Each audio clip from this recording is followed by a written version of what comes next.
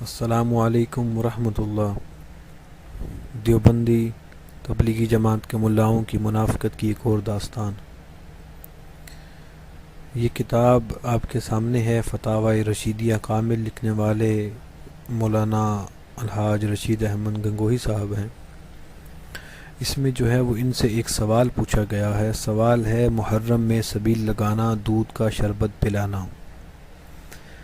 اس میں یہ لکھتے ہیں، سوال ہے محرم میں عشرہ وغیرہ کے روز شہادت کا بیان کرنا مع اشعار بروایت صحیحہ یا بعض ضعیفہ بھی، و نیز سبیل لگانا اور چندہ دینا اور شربت دودھ بچوں کو پلانا درست ہے یا نہیں؟ اب رشید احمد گنگوہی صاحب اس کا جو ہے وہ جواب دیتے ہیں۔ محرم میں ذکر شہادت حسین علیہ السلام کرنا اگرچہ بروایت صحیحہ ہو، یا سبیل لگانا، شربت پلانا یا چندہ سبیل اور شربت میں دینا یا دودھ پلانا سب نادرست اور تشبیہ روافض کی وجہ سے حرام ہیں۔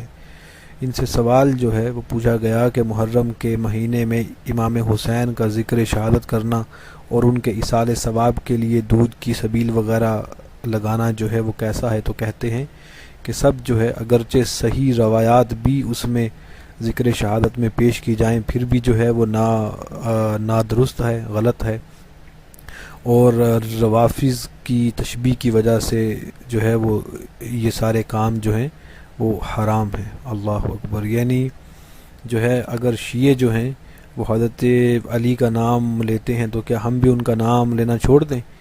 یا اگر وہ اہل بیت اطہار کا نام لیتے ہیں تو کیا اہل سنہ والجماع اہل بیت کا نام لینا چھوڑ دیں کہ جو ہے وہ اس سے تشبیہ پیدا ہوتی ہے؟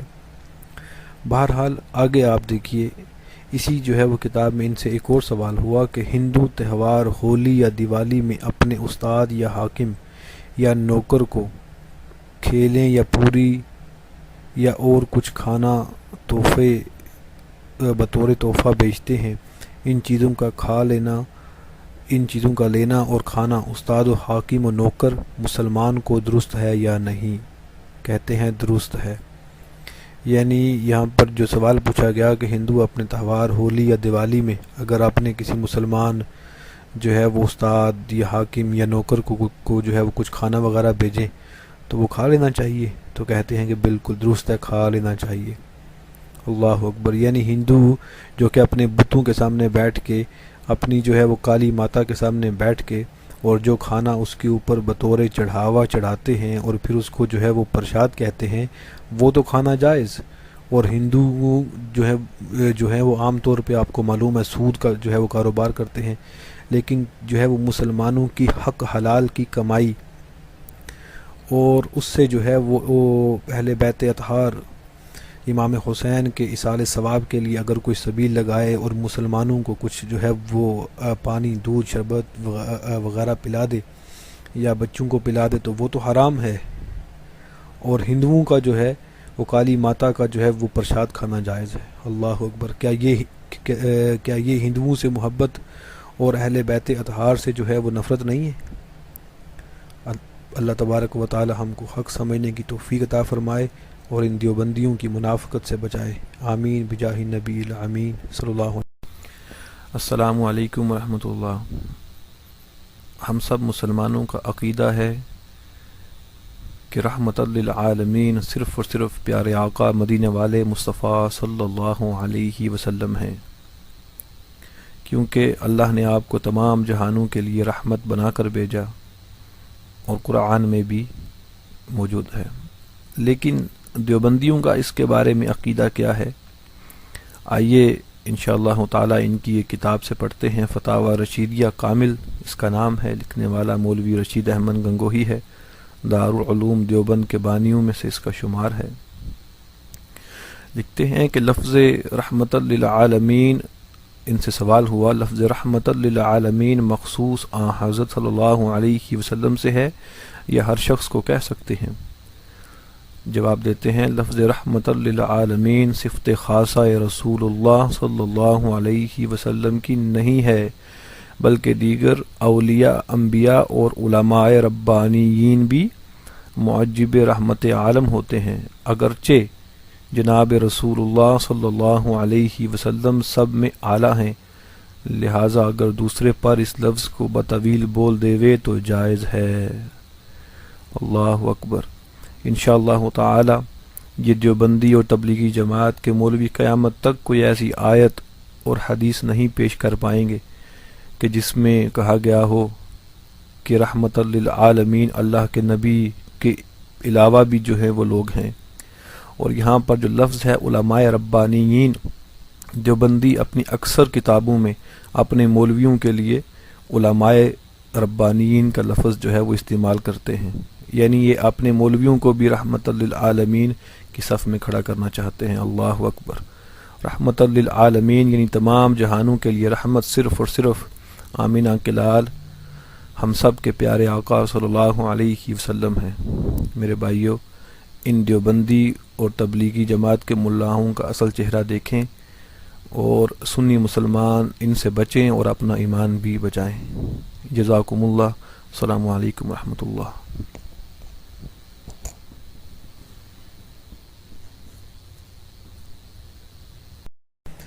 السلام علیکم ورحمۃ اللہ۔ دیوبندی تبلیغی جماعت کے ملاؤں کی منافقت کی ایک اور داستان۔ یہ کتاب آپ کے سامنے ہے، فتاوی رشیدیہ کامل، لکھنے والے مولانا الحاج رشید احمد گنگوہی صاحب ہیں۔ اس میں جو ہے وہ ان سے ایک سوال پوچھا گیا ہے۔ سوال ہے محرم میں سبیل لگانا، دودھ کا شربت پلانا۔ اس میں یہ لکھتے ہیں، سوال ہے محرم میں عشرہ وغیرہ کے روز شہادت کا بیان کرنا مع اشعار بروایت صحیحہ یا بعض ضعیفہ بھی، و نیز سبیل لگانا اور چندہ دینا اور شربت دودھ بچوں کو پلانا درست ہے یا نہیں؟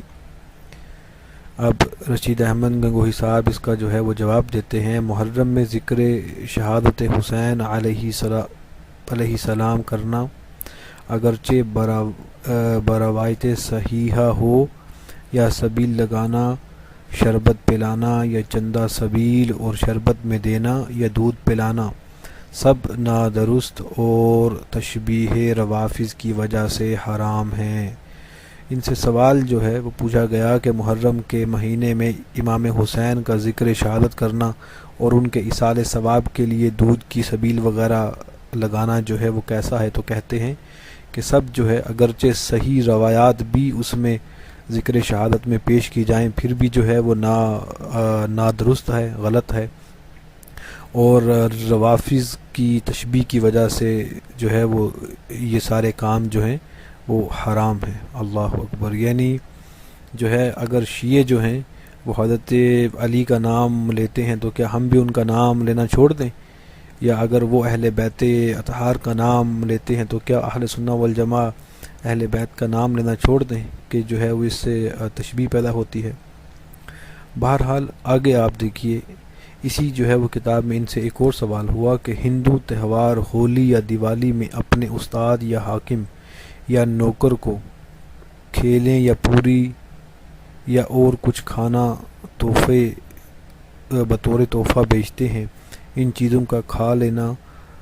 چیزوں کا لینا اور کھانا استاد و حاکم و نوکر مسلمان کو درست ہے یا نہیں؟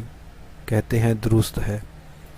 یعنی یہاں پر جو سوال پوچھا گیا کہ ہندو اپنے تہوار ہولی یا دیوالی میں اگر اپنے کسی مسلمان جو ہے وہ استاد یا حاکم یا نوکر کو جو ہے وہ کچھ کھانا وغیرہ بھیجیں تو وہ کھا لینا چاہیے؟ تو کہتے ہیں کہ بالکل درست ہے، کھا لینا چاہیے۔ اللہ اکبر۔ یعنی ہندو جو کہ اپنے بتوں کے سامنے بیٹھ کے، اپنی جو ہے وہ کالی ماتا کے سامنے بیٹھ کے اور جو کھانا اس کے اوپر بطور چڑھاوا چڑھاتے ہیں اور پھر اس کو جو ہے وہ پرشاد کہتے ہیں، وہ تو کھانا جائز۔ اور ہندو جو ہے وہ عام طور پہ آپ کو معلوم ہے سود کا جو ہے وہ کاروبار کرتے ہیں، لیکن جو ہے وہ مسلمانوں کی حق حلال کی کمائی اور اس سے جو ہے وہ اہل بیت اطہار امام حسین کے ایصال ثواب کے لیے اگر کوئی سبیل لگائے اور مسلمانوں کو کچھ جو ہے وہ پانی، دودھ، شربت وغیرہ پلا دے یا بچوں کو پلا دے تو وہ تو حرام ہے۔ اور ہندوؤں کا جو ہے وہ کالی ماتا کا جو ہے وہ پرشاد کھانا جائز ہے۔ اللہ اکبر۔ کیا یہ ہندوؤں سے محبت اور اہل بیت اطہار سے جو ہے وہ نفرت نہیں ہے؟ اللہ تبارک و تعالی ہم کو حق سمجھنے کی توفیق عطا فرمائے اور ان دیوبندیوں کی منافقت سے بچائے، آمین بجاہ نبی الامین صلی اللہ علیہ وسلم۔ دیوبندی تبلیغی جماعت کی گندی ذہنیت سے بری ہوئی اور ایک عجیب و غریب کہانی۔ یہ کتاب کا نام ہے ارواح ثلاثہ، لکھنے والے مولوی سید ظہور الحسن صاحب ہیں، حکایت نمبر 251 ہے۔ لکھتے ہیں حضرت والد صاحب مرحوم نے فرمایا کہ مولانا منصور علی خان صاحب مرحوم مراد آبادی حضرت نانوتوی کے تلامذہ میں سے تھے، طبیعت کے بہت پختہ تھے، اس لیے جدر طبیعت مائل ہوتی تھی پختگی اور انہماک کے ساتھ ادھر جھکتے تھے۔ انہوں نے اپنا واقعہ خود مجھ سے نقل فرمایا کہ مجھے ایک لڑکے سے عشق ہو گیا اور اس قدر اس کی محبت نے طبیعت پر غلبہ پایا کہ رات دن اسی کے تصور میں گزرنے لگے۔ میری عجیب حالت ہو گئی، تمام کاموں میں اختلال ہونے لگا، حضرت کی فراست نے بانپ لیا۔ لیکن سبحان اللہ، طبیعت و نگرانی اسے کہتے ہیں کہ نہایت بے تکلفی کے ساتھ حضرت نے میرے ساتھ اچھا برتاؤ شروع کیا اور اسے اس قدر بڑھایا کہ جیسے دو یار آپس میں بے تکلف دل لگی کرتے ہیں، یہاں تک کہ خود ہی اس کی محبت کا ذکر چھیڑا۔ فرمایا کہ ہاں بھائی، وہ تمہارے پاس کبھی آتے بھی ہیں یا نہیں؟ میں شرم و حجاب سے چپ رہ گیا۔ پھر فرمایا کہ نہیں بھائی، یہ حالات تو انسان ہی پر آتے ہیں، اس میں چھپانے کی کیا بات ہے؟ غرض اس طریق سے مجھ سے گفتگو کی کہ میری ہی زبان سے اس کی محبت کا اقرار کرا لیا اور کوئی خفگی اور ناراضگی نہیں ظاہر کی بلکہ دلجوئی فرمائی۔ اس مخصوص بے تکلفی کے آثار اب مجھ پر ظاہر ہونے شروع ہوئے۔ میں ایک دن تنگ آ گیا اور دل میں سوچنے لگا کہ یہ محبت میرے رگو پے میں سرایت کر گئی، مجھے تمام امور سے بیکار کر دیا، کیا کروں اور میں کہاں جاؤں؟ آخر عاجزانہ آ کر دوڑا ہوا حضرت کی خدمت میں پہنچا اور مؤدب عرض کیا کہ حضرت للہ میری اعانت فرمائیے، میں تنگ آ گیا اور عاجز ہو چکا ہوں، ایسی دعا فرما دیجئے کہ اس لڑکے کا خیال تک میرے قلب سے محو ہو جائے۔ تو ہنس کر فرمایا کہ بس مولوی صاحب کیا تھک گئے؟ بس جوش ختم ہو گیا؟ میں نے عرض کیا کہ حضرت میں سارے کاموں سے بیکار ہو گیا، نکما ہو گیا، اب مجھ سے برداشت نہیں ہو سکتا، خدا کے لیے میری امداد فرمائیے۔ فرمایا بہت اچھا، بعد مغرب جب میں نماز سے فارغ ہوں تو آپ موجود رہیں۔ میں نماز مغرب پڑھ کر چھتا کی مسجد میں بیٹھا رہا۔ جب حضرت صلاۃ و دعا سے فارغ ہوئے تو آواز دی، مولوی صاحب۔ میں نے عرض کیا حضرت حاضر ہوں۔ سامنے حاضر ہوا اور بیٹھ گیا۔ فرمایا کہ ہاتھ لاؤ۔ میں نے ہاتھ بڑھایا، میرا ہاتھ اپنے بائیں ہاتھ کی ہتھیلی پر رکھ کر میری ہتھیلی کو اپنی ہتھیلی سے اس طرح رگڑا جیسے بان بٹے جاتے ہیں۔ خدا کی قسم میں نے بالکل عیاناً دیکھا کہ میں عرش کے نیچے ہوں اور ہر چہار طرف سے نور اور روشنی نے میرا احاطہ کر لیا ہے، گویا میں دربار الہی میں حاضر ہوں۔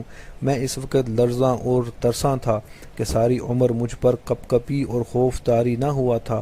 میں پسینہ پسینہ ہو گیا اور بلکہ خودی سے گزر گیا، اور حضرت برابر میری ہتھیلی پر اپنی ہتھیلی پھیر رہے ہیں۔ جب ہتھیلی پھیرنا بند فرمایا تو حالت ہی فرو ہو گئی۔ فرمایا جاؤ۔ میں اٹھ کر چلا آیا۔ ایک دن کے بعد حضرت نے پوچھا مولوی صاحب کیا حال ہے؟ میں نے عرض کیا کہ حضرت اس لڑکے کا تصور یا عشق تو کجا، دل سے اس لڑکے کی گنجائش تک باقی نہیں رہی۔ فرمایا اللہ کا شکر ادا کرو، سارا واقعہ سن کر فیصلہ آپ کیجئے کہ عرش کے نیچے اور اللہ کی بارگاہ میں جانا صرف اور صرف نبی کریم صلی اللہ علیہ وسلم کو یہ مقام حاصل ہوا۔ اور یہاں عالم یہ ہے کہ پہلے دیوبندی مولوی صاحب لڑکے سے محبت کرتے ہیں اور پھر دوسرے مولوی صاحب ان کی ہتھیلی رگڑتے ہیں اور انہیں اللہ کے دربار میں عرش کے نیچے پہنچا دیتے ہیں۔ اللہ اکبر، انصاف آپ کیجئے، اللہ تعالیٰ ان کے شر سے ہمیں بچائے۔ السلام علیکم ورحمۃ اللہ۔ اب یہ دیوبندی ہے محمد عبد المجید صدیقی ایڈوکیٹ، اس کی کتاب ہے سیرت النبی بعد از وصال النبی حصہ ششم، یہ چھٹا حصہ اس کا. اس میں بھی انہوں نے یہ لکھا ہے، یہ کہتے ہیں کہ قیام پاکستان سے پہلے حضرت حکیم الامت مجدد ملت حضرت مولانا اشرف علی تھانوی نے اپنے ایک رسالے حفظ الایمان کے اندر علم غیب کی بابت ایک ایسا جملہ لکھ دیا تھا جس پر ہر صحیح الفکر مسلمان نے اعتراض کیا تھا. اب یہ جملہ سننے کے قابل ہے کہ اشرف علی تھانوی نے جو جملہ لکھا تھا اس پر ہر صحیح الفکر، یعنی جس کا دماغ ٹھیک تھا، جس کی فکر درست تھی، جس کی سوچ اسلامی تھی، ہر اس مسلمان نے اس عبارت کو غلط قرار دیا تھا، اس پر اعتراض کیا تھا. بس مجروح قلوب پر مرم کی خاطر مولانا تھانوی نے 1329 ہجری میں رسالہ بسط البنان تحریر فرمایا، مگر اس کا خاطر خواہ اثر نہ ہوا. کچھ عرصے کے بعد حضرت تھانوی حیدرآباد دکن تشریف لے گئے، جہاں اس زمانے میں حضرت مولانا محمد قاسم نانوتوی کے خلف الرشید حضرت مولانا حافظ محمد احمد چیف جسٹس تھے.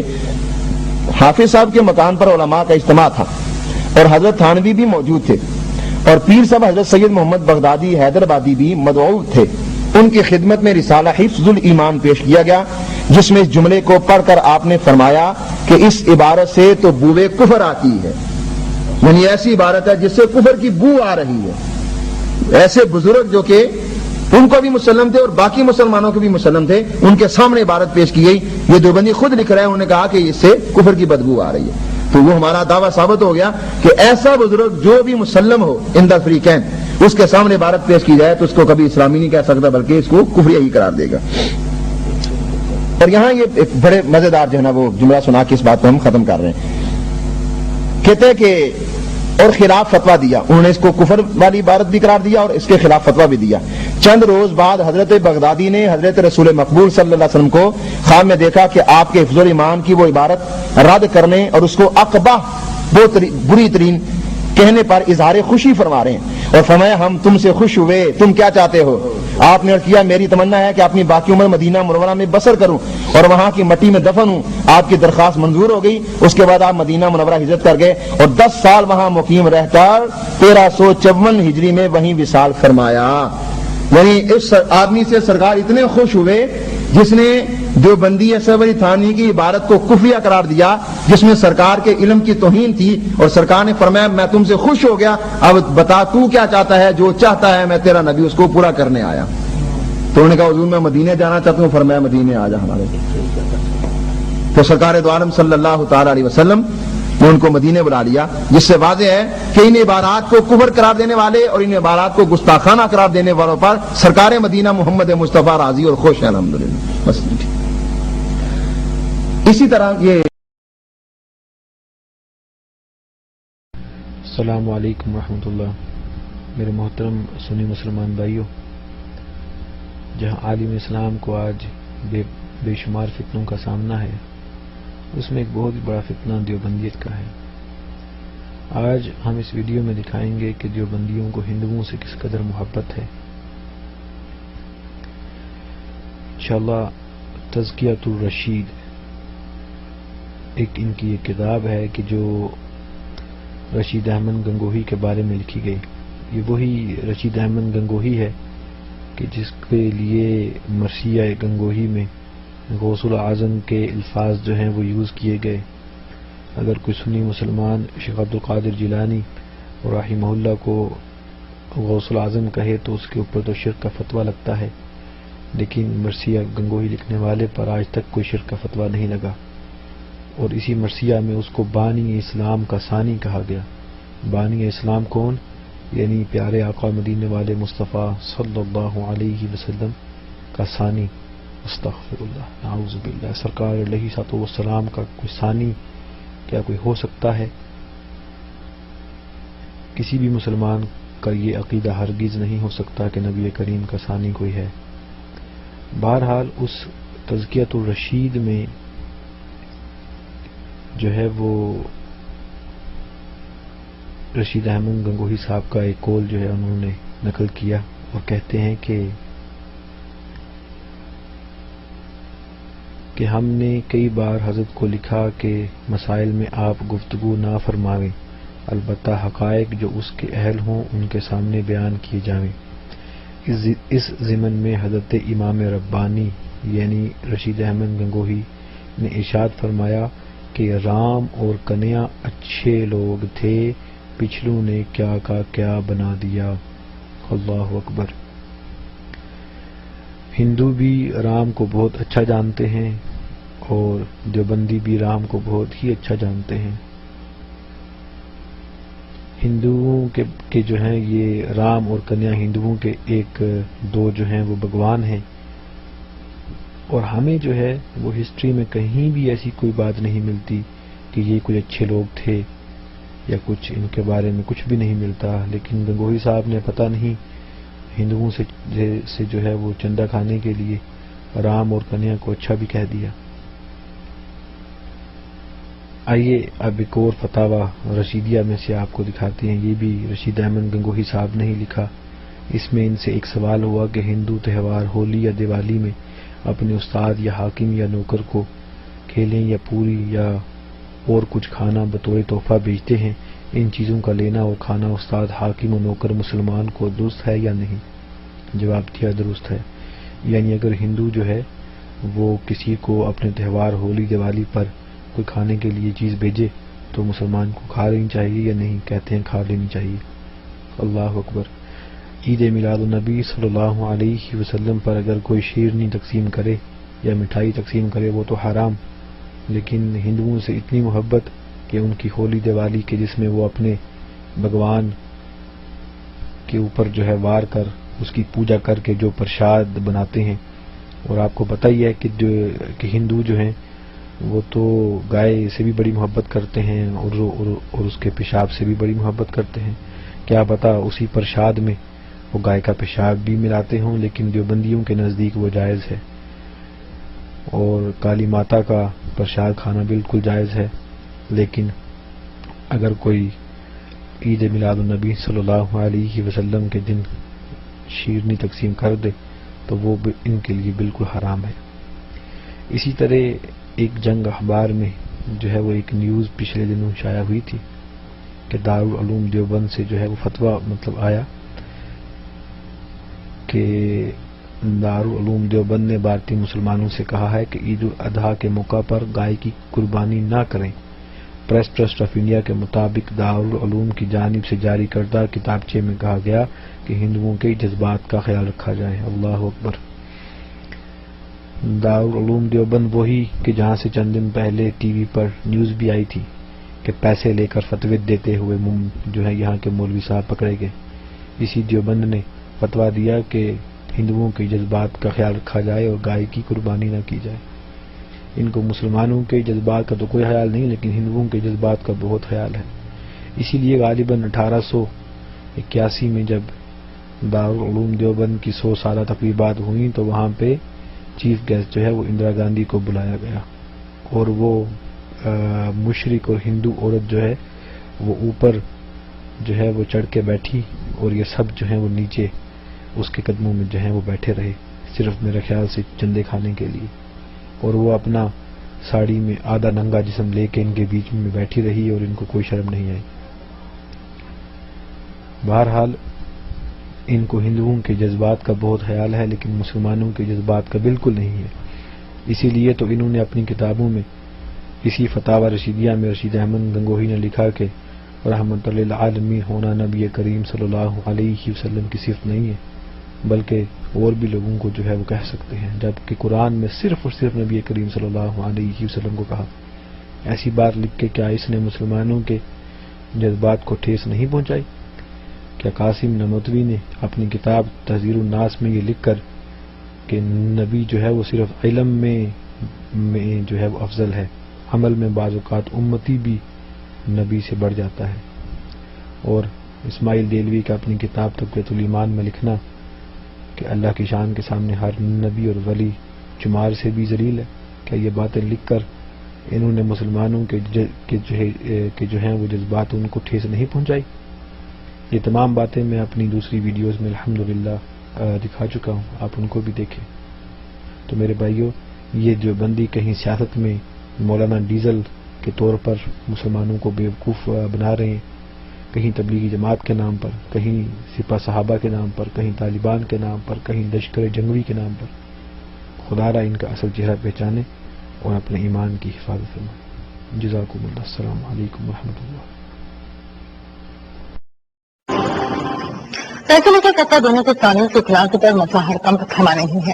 میرٹھ کے دھارمک نیتاؤں نے فتووں پر نظر رکھنے کے لیے ایک کمیٹی بنانے کا فیصلہ کیا ہے تاکہ آنن پانن میں کوئی فتوے کے بجا بیجا استعمال نہ کر سکے. ادھر دارالعلوم دیوبند سے جڑے دھارمک نیتاؤں کا بھی کہنا ہے کہ کم سے کم 3 لوگوں کی کمیٹی ہی فتویٰ جاری کر سکتی ہے. ویسے تو منافق مدعے پر فتوے لو. میرٹھ میں چل رہے اس کھیل کے خلاصے کے بعد اب وہاں جاری ہونے والے فتووں پر نظر رکھی جائے گی. میرٹھ میں مسلم دھارمک نیتاؤں نے ایک بیٹھک کر ایک کمیٹی بنانے کا فیصلہ کیا ہے جو فتوے سے جڑے ہر مدعے پر نگرانی رکھے تاکہ فتوے کسی ویکتیگت کارن یا سوارتھ کی وجہ سے جاری نہیں کیے جا سکیں. اب میرٹھ کے تمام علماء اکرام نے جامع مسجد کی میٹنگ کے اندر سب نے مل کر یہ طے کیا تھا کہ جامع مسجد کے اندر اس کا دفتر قائم کیا جائے گا اور دارالفتہ جس کا نام ہے وہ قائم ہوا اور اس کے اندر شہر کے جو بڑے علماء اکرام جن کے پاس مفتی کے کورس کی ڈگری ہے وہ لوگ اس کے ممبر بنیں گے اور وہ لوگ جو ہے فتویٰ دینے کا کام کریں گے. مسلم دھارمک نیتاؤں کا کہنا ہے کہ فتویٰ کسی بھی مدعے پر دھرم کا نظریہ ہے اور اسے جاری کرنے کی ایک پوری پرکریا ہے. اسے کون جاری کرے گا اس کے بھی نشچت نیم ہیں. ساتھ ہی ان کی رائے ہے کہ مفتی کو معاملے کی اپنی اور سے جانچ کر کے ہی فتویٰ دینا چاہیے. کسی نے لکھ کے دے دیا اس کو ایسے دیکھ دے سوچے سمجھے جو فتویٰ نہیں دینا کیوں بلکہ جو ہے تحقیق بھی جو ہے جہاں تک ہو کوشش ہو کہ اس کی جو ہے تحقیق ہو جانچ پڑتال ہو کہ یہ معاملہ ایسا ہے یا نہیں ہے. کہیں ایسا تو نہیں کہ جو لڑائی جھگڑا کرانے کے لیے بھی اس طرف فتویٰ دیا جا رہا ہے. جمعیت علماء ہند کا کہنا ہے کہ یہ سنشچت ہونا چاہیے کہ کوئی ایک ویکتی اپنی رائے کو فتوے کے روپ میں جاری نہ کرے. میں سمجھتا ہوں کہ وہ ایک آدمی فتویٰ نہ دے. فتویٰ کے لیے جو ہے اس میں جو ہے کم سے کم جو ہے کر دیا گیا ہے جبکہ مولانا عمران اب نماز نہیں پڑھا سکیں گے. جنہیں مفتی حبیب الرحمان ایسے لے کر انہوں نے جاری کیا تھا فتویٰ مسلم کریڈٹ کارڈ کا استعمال نہیں کر سکتے. انہیں مسلموں کی پربھاوشالی سنستھا دارالعلوم دیوبند سے معطل کر دیا گیا ہے. حبیب الرحمان وہ شخص ہے جو دارالعلوم کی طرف سے پہلے بھی کئی چرچت فتوے جاری کر چکے ہیں. یہ وہی مفتی حبیب الرحمان ہے جنہوں نے عمرانہ معاملے اور اسکولوں میں وندے ماترم نہیں گانے کا فتویٰ جاری کیا تھا.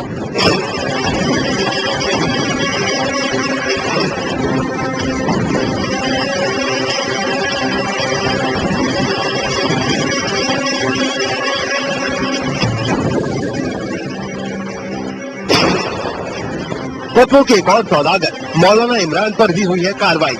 ہزاروں لوگوں کو نماز پڑھوانے والے عمران کو اب اس کام سے روک دیا گیا ہے. یہ وہی مولانا ہے جس نے کی فتووں کی دلالی 50,000 روپے میں ہمیں دلوائے 5 فتوے. دیکھیے یہ کس طرح 5 فتووں کے لیے 50,000 کا سودا کر رہا ہے اور اپنے کمیشن کے لیے کس طرح ناٹک کر رہا ہے.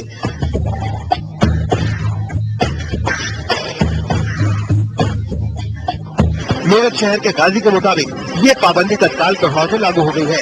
مسلم سنستھاؤں نے بھی اس پر پابندی کو جائز ٹھہرایا ہے. جو لوگ اس میں ملوث ہیں وہ لوگ غیر بہت ہی میں سمجھتا ہوں کہ غیر ذمہ دار ہیں. اب ہم شہر کے علماء اکرام سے رابطہ قائم کر کے انشاءاللہ اس سلسلے میں جلد کوئی رائے قائم کی جائے گی. ابھی علماء اکرام سے ہم لوگ رابطہ قائم کر رہے ہیں اور بیٹھ کر کچھ فیصلہ کریں گے انشاءاللہ. عمران سے کہا ہے کہ ابھی آپ کہیں منتقل نہیں ہوں گے. ان کو ہم نے مقید کر لیا ہے. سب سے رابطہ قائم کر کے کچھ لوگوں سے رابطہ قائم ہو چکا ہے. سب کو ایک جگہ بٹھا کر سب ان کو عمران صاحب کو ان کے سامنے پیش کریں گے. اس کے بعد ہی کوئی ڈیسیزن صحیح طریقے سے لیا جائے گا. مفتی حبیب الرحمان اور مولانا عمران کے خلاف تو کارروائی کی شروعات پر ہے. وقت کہا گیا ہے کہ ایسے فتووں کے ایسے سوداگروں کے فریب کے بارے میں مسلم سماج چیت جائے. News report. چلیے سنتوش کی بات یہ ہے کہ ہمارے رپورٹ کے بعد کم سے کم کارروائی کو بھی جاگروکتا پر چلیے. ایک تھوڑا سا دیکھ لیتے ہیں بریک کے بعد آپ کو بتائیں گے ریل منتری راجو پرساد. معزز سامعین، توحید کے بارے میں تبلیغی جماعت والوں کا کیا نظریہ ہے، یہ بات آپ کے سامنے ثبوت کے ساتھ پیش کرنے کے لیے اس وقت جو اسکرین پر آپ کے سامنے کتاب ہے اس کا نام ہے تبلیغی نصاب. یہ وہ کتاب ہے جو تبلیغی جماعت والے ہر معزز سامعین تبلیغی جماعت کا توحید کے بارے میں کیا نظریہ ہے، اس بات کو واضح کرنے کے لیے آپ کے سامنے جو کتاب میں نے پیش کی ہے یہ ہے تبلیغی نصاب، جو اس وقت اسکرین پر موجود ہے، اور یہ تبلیغی نصاب کا حصہ دوم ہے، اور حصہ دوم کے اندر 2 باب ہیں، فضائل صدقات اور فضائل حج۔ یہ جو نسخہ آپ کے سامنے میں نے پیش کیا ہے یہ فضائل صدقات اور فضائل حج دونوں اکٹھے چھپے ہوئے ہیں، اور جس ادارے نے اس کو چھاپا ہے مصنف کا نام بھی سن لیجئے، مولوی زکریا سہارنپوری، اور یہ ان کی زندگی میں چھپا ہے نسخہ، اور یہ ان کے نام کے بعد جس ادارے نے چھاپا ہے وہ ہے تنویر القرآن، مکتبہ تنویر القرآن، 16 اردو بازار لاہور، مماتی دیوبندی حضرات کا یہ ادارہ ہے، اور اس کے اندر اس بات کا ثبوت ملے گا کہ تبلیغی جماعت کا توحید کے بارے میں کیا نظریہ ہے۔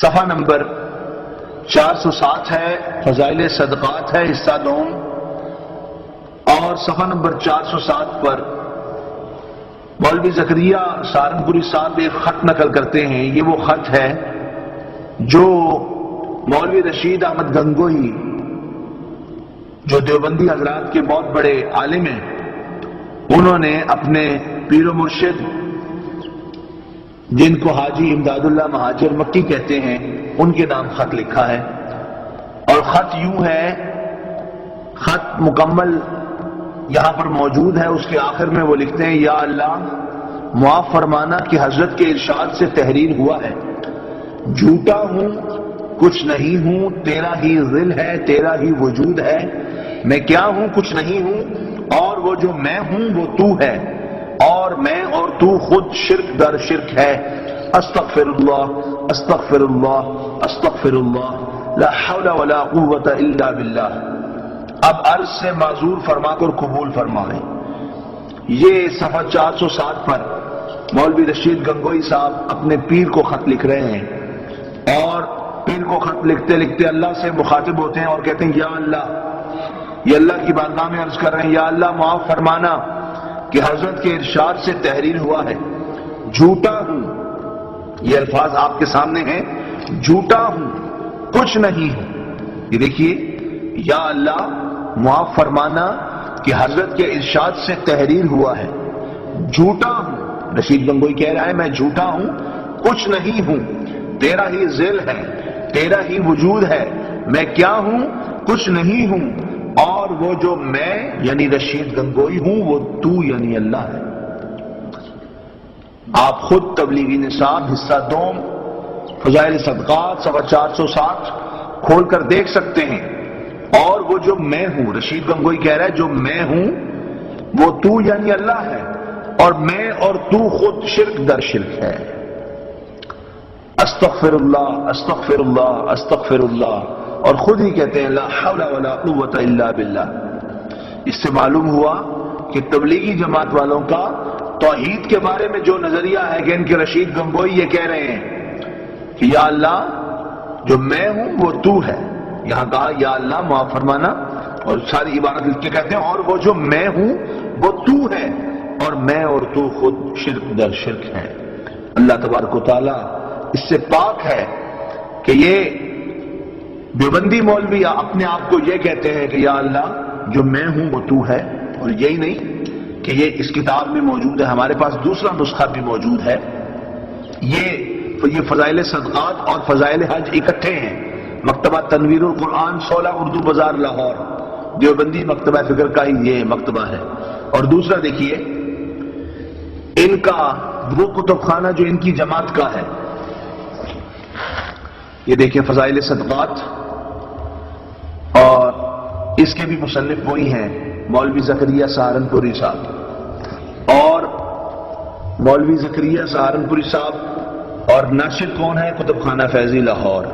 یہ صرف فضائل صدقات علیحدہ سے چھاپا ہے انہوں نے، آپ دیکھ لیجئے غور سے فضائل صدقات، اور اس کا صفحہ نمبر 558 ہے، صفحہ نمبر 558 557 پر بھی مکتوب موجود ہے، اور 558 پر یہی بس زیادہ عرض کرنا گستاخی اور شوق چشمی ہے، یا اللہ معاف فرمانا کہ حضرت کے ارشاد سے تحریر ہوا ہے، جھوٹا ہوں، کچھ نہیں ہوں، تیرا ہی ذل ہے، تیرا ہی وجود ہے، میں کیا ہوں، کچھ نہیں ہوں، اور وہ جو میں ہوں وہ تو ہے، اور میں اور تو خود شرک در شرک ہے۔ استغفر اللہ استغفر اللہ استغفر اللہ، لا حول ولا قوت الا باللہ۔ وہ لوگ جو اہل سنت و جماعت پر شرک کے فتوے لگاتے ہیں، ان کا اپنا دامن ایسی عبارات سے کس طرح داغدار ہے، آپ خود ملاحظہ فرما رہے ہیں۔ جی ہاں، سیاق و سباق پڑھ لیجئے۔ بے شک یہ خط انہوں نے مدح و ذم کی برابری میں اور غیر حق سے نفع و ضرر کی طرف عدم التفات میں لکھا ہے، بعد میں مصنف نے بھی یہ بات کی ہے، لیکن یہ جو بات انہوں نے لکھی ہے کہ یا اللہ جو میں ہوں وہ تو ہے، نعوذ باللہ من ذالک، نقل کفر نباشد، یہ سخت بے ادبی ہے، گستاخی ہے، اور یہ کھلی ہوئی شرکیہ بات ہے۔ اس میں کوئی شک والی بات نہیں کہ یہ کھلی ہوئی شرکیہ بات ہے، یہ ایسا کھلا شرک ہے جس سے کسی کو انکار نہیں۔ اب وہ تبلیغی جماعت والے جو اہل سنت و جماعت پر جو سچے پکے موحدین ہیں ان پر شرک کا فتویٰ لگاتے ہیں، ان کو شرم آنی چاہیے کہ ان کا اپنا دامن ایسے فتووں کے لیے تیار ہے، اور ان کے اپنے بڑوں کی کارروائی آپ کے سامنے ہے۔ دعا ہے اللہ تبارک و تعالی ہمیں شرک کے فتووں سے محفوظ رکھے۔ اور یہ دیکھیں، اسی پر بس نہیں بلکہ وہ کہتے ہیں یہ گرامی قدر مکتوب وصال سے 17 سال قبل کا ہے، ان 17 سال میں مدح و ذم کی برابری اور غیر حق سے نفع و ضرر کی طرف عدم التفات میں جو ترقیات ہوئی ہوں گی ان کا ادراک بھی کون کر سکتا ہے۔ یعنی کہ یہ بات کر رہے ہیں کہ ابھی مولوی صاحب کو زندگی کے 17 سال باقی تھے تو یہ خط انہوں نے لکھا جس میں انہوں نے کہا جو میں ہوں وہ تو ہے، میں اور تو خود شرک در شرک ہے، اور جب ان 17 سالوں میں انہوں نے کتنی ترقی کی ہوگی۔ یہ وہی مکتبہ فکر دیوبند ہے جو مسلمانوں کی اکثریت کو مشرک کہتا ہے، جبکہ اللہ کے نبی علیہ السلام نے گارنٹی دی ہے۔ بھائیو غور سے سننا، بخاری شریف کے اندر 6 مقامات پر یہ روایت موجود ہے۔ اللہ کے محبوب علیہ السلام نے ارشاد فرمایا وَإِنِّي وَاللَّهِ مَا أَخَافُ عَلَيْكُمْ أَن تُشْرِكُوا بَعْدِي وَلَكِنْ أَخَافُ عَلَيْكُمْ أَن تَنَافَسُوا فِيهَا، اور بے شک مجھے اللہ کی قسم اس چیز کا خوف نہیں کہ تم میرے بعد مشرک ہو جاؤ گے، مجھے اس چیز کا خوف ہے کہ تم دنیا میں رغبت کرو گے۔ یہ حدیث پاک بخاری شریف میں موجود ہے۔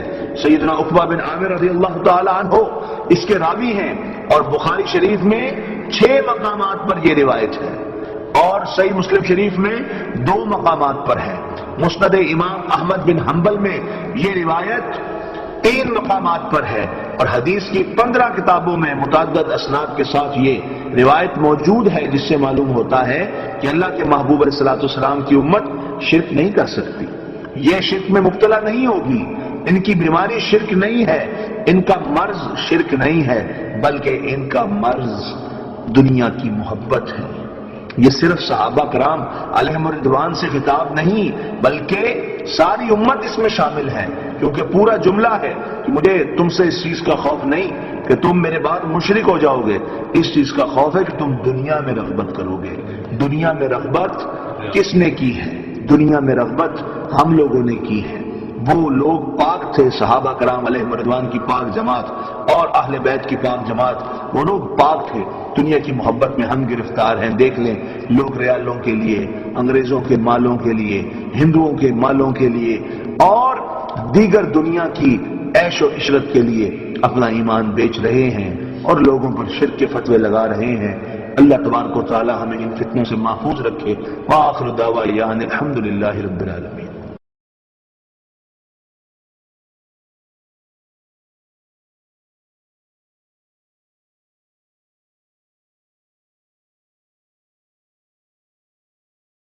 اشرف علی تھانوی کا محبوب خلیفہ عزیز الحسن مجذوب نے اشرف السوانح میں لکھا کہ حضرت والا کی ولادت باسعادت کا واقعہ نہایت عجیب و غریب ہے، جو خاندان میں اسی وقت سے مشہور چلا آ رہا ہے جس کو خود حضرت والا نے یعنی اشرف علی تھانوی نے اپنے بزرگوں اور حاضرین واقعہ سے سن کر قلم بند بھی فرما لیا ہے۔ وہ واقعہ کیا ہے سنیے۔ حضرت والا کے والد ماجد کو مرض خارش ہو گیا تھا اور اس قدر شدید تھا کہ کسی دوا سے فائدہ نہ ہوتا تھا۔ کسی ڈاکٹر نے کہا کہ اس مرض کی ایک دوا اکسیر ہے، مگر وہ قطع النسل ہے، یعنی کہ اس دوا کے استعمال سے حکیم الامت جناب مولانا محمد اشرف علی تھانوی صاحب کے والد ماجد کی کوئی اولاد نہیں ہوتی۔ چونکہ والد صاحب مرض سے بہت تنگ آ گئے تھے، اس لیے انہوں نے اس دوا کا استعمال یہ کہہ کر لیا کہ بلا سے اولاد نہ ہو، بقائے توعی سے بقائے شخصی مقدم ہے۔ اب جب یہ بات حکیم الامت جناب مولانا اشرف علی تھانوی صاحب کی والدہ صاحبہ کو معلوم ہوئی تو وہ بہت پریشان ہوئی، کیونکہ اس وقت تک ان کی کوئی اولاد نرینہ اولاد نہیں رہتی تھی۔ جب یہ خبر اڑتی اڑتی نانی صاحبہ کو بھی پہنچ گئی تو ان کو بھی چکر آ گئے، ان کو بڑی پریشانی ہوئی۔ انہوں نے حضرت حافظ مرتضیٰ صاحب مجذوب پانی پتی، جو اتفاق سے اشرف علی تھانوی صاحب کے جو نانا تھے ان سے ان کے تعلقات تھے، تو اس تعلقات کی وجہ سے وہ تشریف لائے ہوئے تھے، ان سے شکایت کی کہ حضرت میری اس لڑکی کے لڑکے زندہ نہیں رہتے۔ حافظ صاحب نے بطریق معمہ فرمایا کہ عمر و علی کی کشاکشی میں مر جاتے ہیں۔ غور فرمائیے، عمر و علی کی کشاکشی میں مر جاتے ہیں، اب کی بار علی کے سپرد کر دینا، زندہ رہے گا۔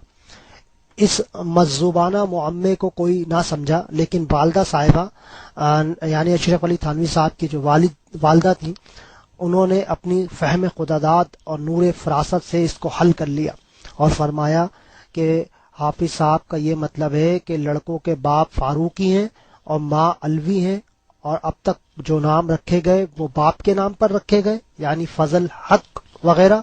اب کی بار جو لڑکا ہو اس کا نام ننیال کے ناموں کے مطابق رکھا جائے، جس کے آخر میں علی ہو۔ حافظ صاحب یہ سن کر ہنسے اور فرمایا کہ واقعی میرا یہی مطلب ہے، یہ لڑکی بڑی عقل مند معلوم ہوتی ہے۔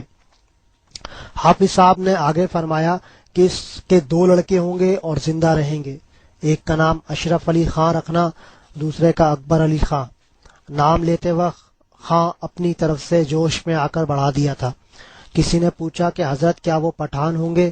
فرمایا نہیں، اشرف علی اور اکبر علی نام رکھنا، اور یہ بھی فرمایا کہ دونوں صاحب نصیب ہوں گے۔ یہ بھی فرمایا کہ ایک میرا ہوگا، وہ مولوی ہوگا اور حافظ ہوگا، اور دوسرا دنیا دار ہوگا۔ چنانچہ یہ سب پیشن گوئیاں حروف بحروف صحیح نکلیں۔ حضرت والا یعنی حکیم الامت جناب اشرف علی تھانوی فرمایا کرتے ہیں کہ یہ جو میں کبھی اکھڑی باتیں کرنے لگتا ہوں، انہی مجذوب صاحب کی روحانی توجہ کا اثر ہے، جن کی دعا سے میں پیدا ہوا ہوں، کیونکہ طبیعت مجذوبوں کی طرح آزاد ہے، الجھی ہوئی باتوں کا متحمل نہیں۔ واقعہ شروع ہوا تھانوی صاحب کے والد کی خارش سے۔ چلیں اس میں کوئی بری بات نہیں، کسی کو بھی ہو سکتی ہے۔ پھر بیان کیا کہ ڈاکٹر کی تجویز پر قطع النسل کرنے والی دوا لے لی، اس میں بھی کوئی بری بات نہیں، بیماری جو ختم کرنی تھی۔ آگے لکھتے ہیں کہ نانی کو جب پتہ چلا کہ داماد اب اس قابل نہیں رہا کہ میری بیٹی کو کوئی اولاد ہو، تو نانی نے اپنے خاندانی مجذوب کو پکارا کہ حضرت میری اس لڑکی کو پہلے تو لڑکے پیدا ہونے کے بعد مر جاتے تھے، لیکن اب داماد اس قابل بھی نہیں رہا کہ رہی صحیح امید بھی ختم۔ حضرت نے یہ نہیں کہا کہ اللہ کی مرضی تھی جو لڑکے زندہ نہیں رہتے، لیکن لگتا ہے کہ مجذوب صاحب شیعہ تھے۔ بغض حضرت عمر فاروق رضی اللہ تعالی عنہ میں یہ جملہ کہہ دیا کہ عمر و علی کی کشاکشی میں مر جاتے ہیں، اب کی بار علی کی سپرد کر دینا۔ جب ہم نے کشاکشی کے معنی اردو لغت میں دیکھے تو اس کے معنی یہ لکھے تھے: کشاکشی یعنی کھینچا تانی، دھکم دھکا، تکرار، جھڑپ، چھینا چھپٹی۔ اب خاندانی مجذوب کا یہ کہنا کہ عمر و علی کی کھینچا تانی، دھکم دھکا، تکرار، جھڑپ، چھینا چھپٹی میں لڑکے مر جاتے تھے، پھر یہ کہنا کہ اب کی بار علی کے سپرد کر دینا، صاف معلوم ہوتا ہے کہ لڑکے مارنے کا الزام حضرت عمر فاروق رضی اللہ تعالی عنہ پر ڈال رہا ہے۔ کیا اس واقعے سے شیعت نہیں ٹپک رہی؟ کیا یہ الزام شیعوں کے اس الزام کی طرح نہیں ہے جس میں محسن نامی لڑکے جو حضرت فاطمہ رضی اللہ تعالی عنہا کے بطن اطہر میں تھا کہ قتل کا الزام حضرت عمر فاروق رضی اللہ تعالی عنہ پر شیعہ لعنتی لگاتے ہیں؟ کیا اب بھی کسی کو انکار ہے کہ دیوبندی اور شیعہ ایک نہیں؟ السلام علیکم ورحمۃ اللہ۔ آج دیوبندی تبلیغی جماعت وہابی مذہب کو سب کانٹیننٹ میں شروع کرنے والے مولوی اسماعیل دہلوی کی کتاب تقویۃ الایمان آپ کے سامنے پیش کرتے ہیں۔ میرے محترم سنی مسلمان بھائیوں، یہ کتابیں پیش کرنے کا مقصد صرف یہ ہے کہ سیدھا سادہ سنی مسلمان ان کے اصل چہرے کو دیکھے اور دیکھے کہ یہ کس طرح تبلیغ کے نام پہ لوگوں کے دلوں میں سے عشق مصطفیٰ صلی اللہ علیہ وسلم کو نکالنے میں مصروف ہیں۔ ایک سیدھا سادہ مسلمان اگر ان کے ساتھ تبلیغی جماعت کے ساتھ 3 چلے کاٹ لے تو واپس آ کے اللہ کے نبی کے علم پر اعتراض کرنا شروع کر دے گا، یا رسول اللہ کہنے والوں کو مشرک کہنا شروع کر دے گا۔ بہرحال اس کتاب کے صفحہ نمبر 19 پر آخری سطر سے پڑھنا شروع کرتے ہیں۔ آخری 2 لفظ لکھے ہیں کہ ہر مخلوق۔ اب ہر مخلوق میں نبی، ولی، فرشتے سب شامل ہیں۔ کہتے ہیں کہ ہر مخلوق، اور اگلے صفحے کے اوپر لکھتے ہیں ہر مخلوق بڑا ہو یا چھوٹا وہ اللہ کی شان کے آگے چمار سے بھی ذلیل ہے۔ نعوذ باللہ، معاذ اللہ، استغفر اللہ۔ ہر مخلوق بڑا ہو یا چھوٹا اللہ کی شان کے آگے چمار سے بھی ذلیل ہے۔ اردو بولنے والے بھائی یہ سمجھ سکتے ہیں کہ چوڑا چمار جو ٹرم ہے وہ کسی کو ذلیل کرنے کے لیے استعمال کی جاتی ہے، اور اسماعیل دہلوی دیوبندی تبلیغی جماعت وہابیوں کا جو شیخ ہے، اس کے نزدیک نبیوں ولیوں کی جو ہے وہ اللہ کے سامنے حیثیت کسی جو ہے وہ چمار سے بھی وہ ذلیل ہے۔ نعوذ باللہ، معاذ اللہ، استغفر اللہ۔ اب اسی کی جو ہے وہ اسی مطلب کتاب کے صفحہ نمبر 80 پر ہم آپ کو پڑھ کے دکھاتے ہیں کہ اس کے نزدیک بڑے اور چھوٹے کی جو ہے وہ تعریف کیا ہے۔ تو اس میں یہ لکھتا ہے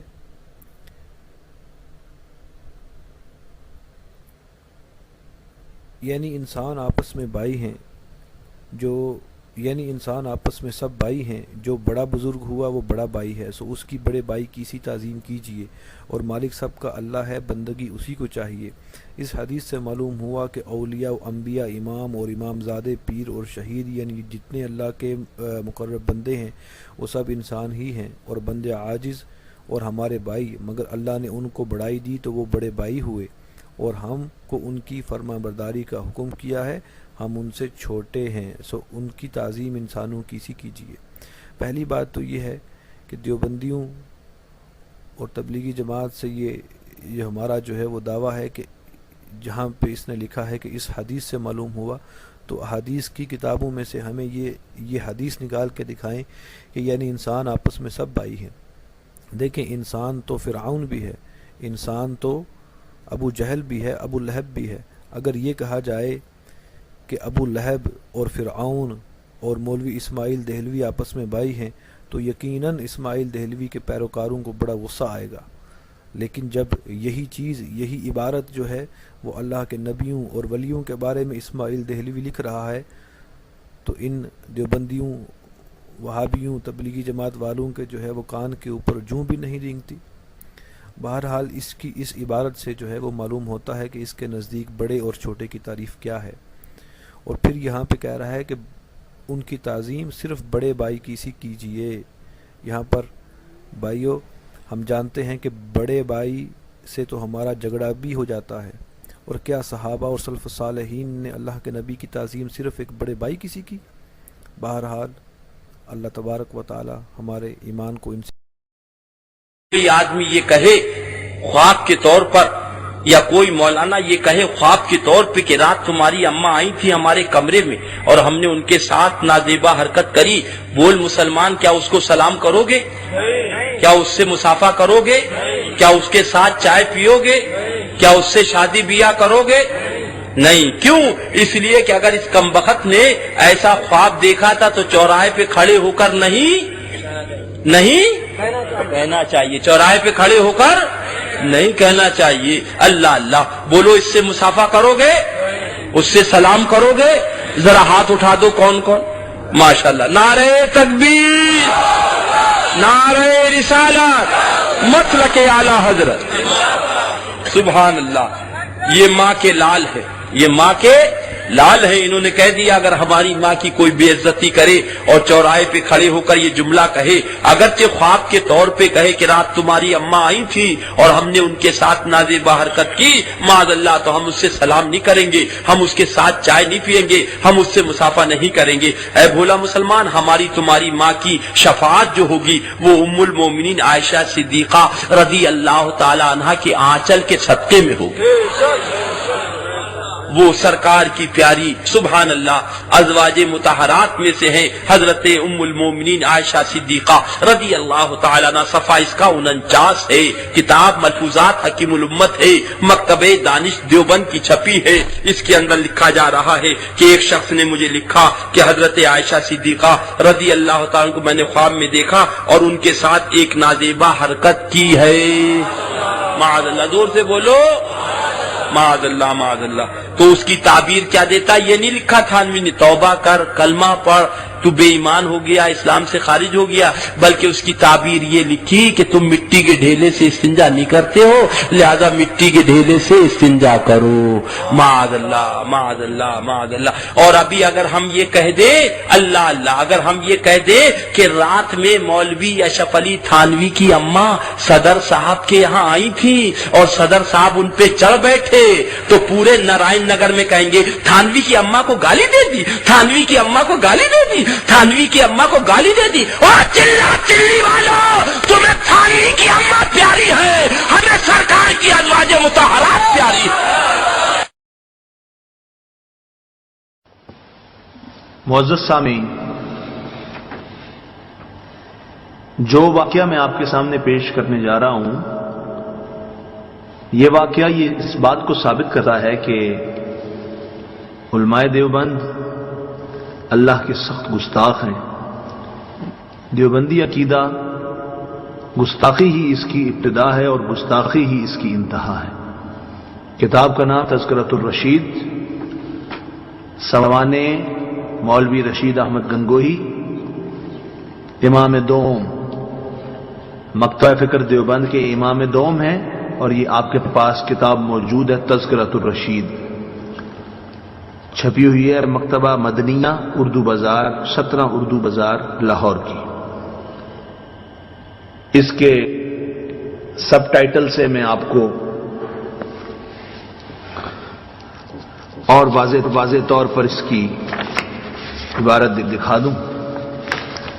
یہ تذکرۃ الرشید لکھا ہوا ہے سوانح قدوۃ العلماء، زبدۃ الفقہاء، فخر المحدثین، قطب العالم حضرت مولانا رشید احمد گنگوہی،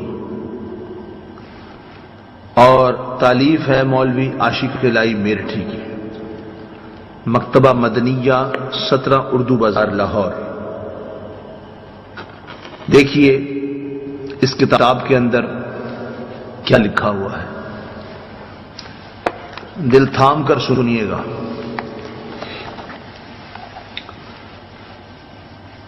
پچھلے واقعے میں لکھا ہوا ہے صفحہ اس کا 242، زامن علی جلال آبادی تو توحید ہی میں تھے. ایک بار ارشاد فرمایا کہ زامن علی جلال آبادی کی سہارنپور میں بہت رڈیاں مرید تھیں. ایک بار یہ سہارنپور میں کسی رنڈی کے مکان پر ٹھہرے ہوئے تھے. سب مریدنیاں اپنے میاں صاحب کی زیارت کے لیے حاضر ہوئیں، مگر ایک رنڈی نہیں آئی. میاں صاحب بولے کہ فلانی کیوں نہیں آئی؟ رنڈیوں نے جواب دیا، میاں صاحب ہم نے اس سے بتیرا کہا کہ چل میاں صاحب کی زیارت کو. اس نے کہا میں بہت گنہگار ہوں اور بہت روح سیاہ ہوں، میاں صاحب کو کیا منہ دکھاؤں، میں زیارت کے قابل نہیں. میاں صاحب نے کہا نہیں جی تم اسے ہمارے پاس ضرور لانا. چنانچہ رنڈیاں اسے لے کر آئیں. جب وہ سامنے آئی تو میاں صاحب نے پوچھا بھی تم کیوں نہیں آئی تھی؟ اس نے کہا حضرت روسیائی کی وجہ سے زیارت کو آتی ہوئی شرماتی ہوں۔ میاں صاحب بولے بھی تم شرماتی کیوں ہو؟ کرنے والا کون اور کرانے والا کون؟ وہ تو وہی ہے۔ نعوذ باللہ من ذالک، نقل کفر نواش۔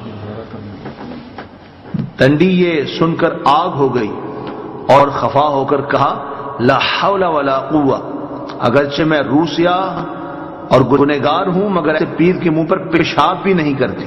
میاں صاحب تو شرمندہ ہو کر سرنگوں رہ گئے اور وہ اٹھ کر چل دی۔ جی ہاں، یہ مولوی رشید احمد گنگوئی صاحب کی سوانح ہے، تذکرہ الرشید، اور صفحہ 242 ہے۔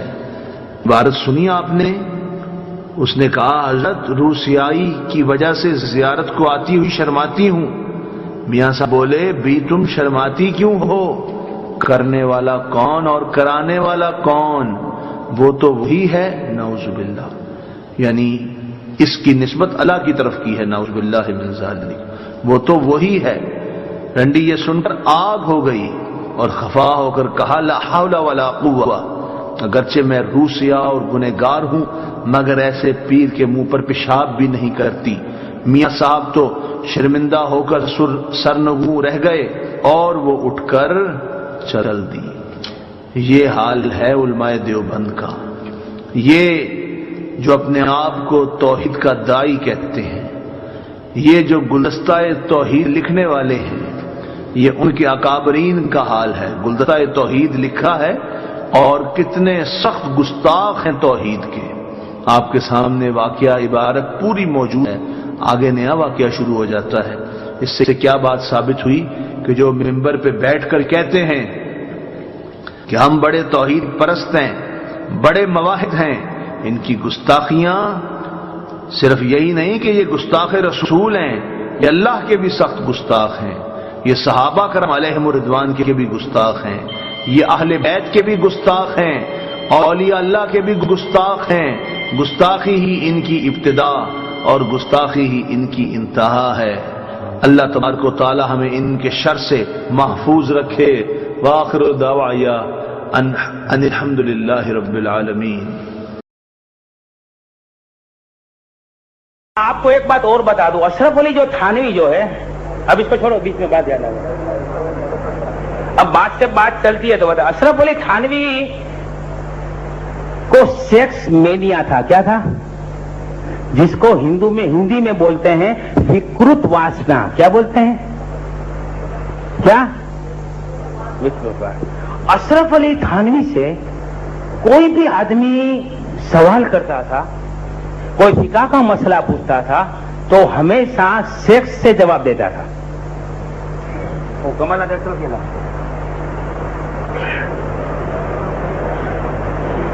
اشرف علی تھانوی کے پاس ایک شخص آیا اور اس نے یہ کہا کہ حضرت میں ایک ذکر کرتا ہوں لیکن اس ذکر میں لطف نہیں آتا، وہ لذت نہیں ملتی۔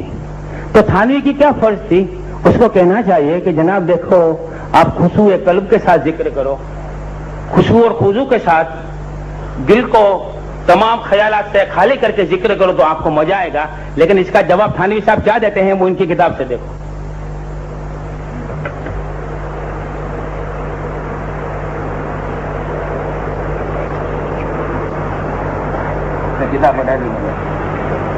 کتاب کا نام ہے کمالات اشرفیہ۔ اس کا جو مصنف ہے اشرف علی تھانوی کا خلیفہ مولوی محمد عیسیٰ الہ آبادی، خلیفہ حکیم الامت، شائع کرنے والے ہیں ادارہ تالیفات اشرفیہ، تھانہ بھون، ضلع مظفر نگر، یو پی۔ اس کا باب 2، صفحہ نمبر 416، ملفوظ نمبر 1004، ملفوظ نمبر 253 لکھا ہے، لوگ تو کیفیات کے پیچھے پڑے ہوئے ہیں اور لذت کے طالب ہیں، ہے تو فحش بات، مگر میں تو اس لذت کی طلب پر یہ کہا کرتا ہوں کہ اگر مزے ہی کی خواہش ہے تو میاں مزہ تو مزی میں ہے۔ بیوی کو بغل میں لے کر بیٹھ جاؤ، چومو، چاٹو،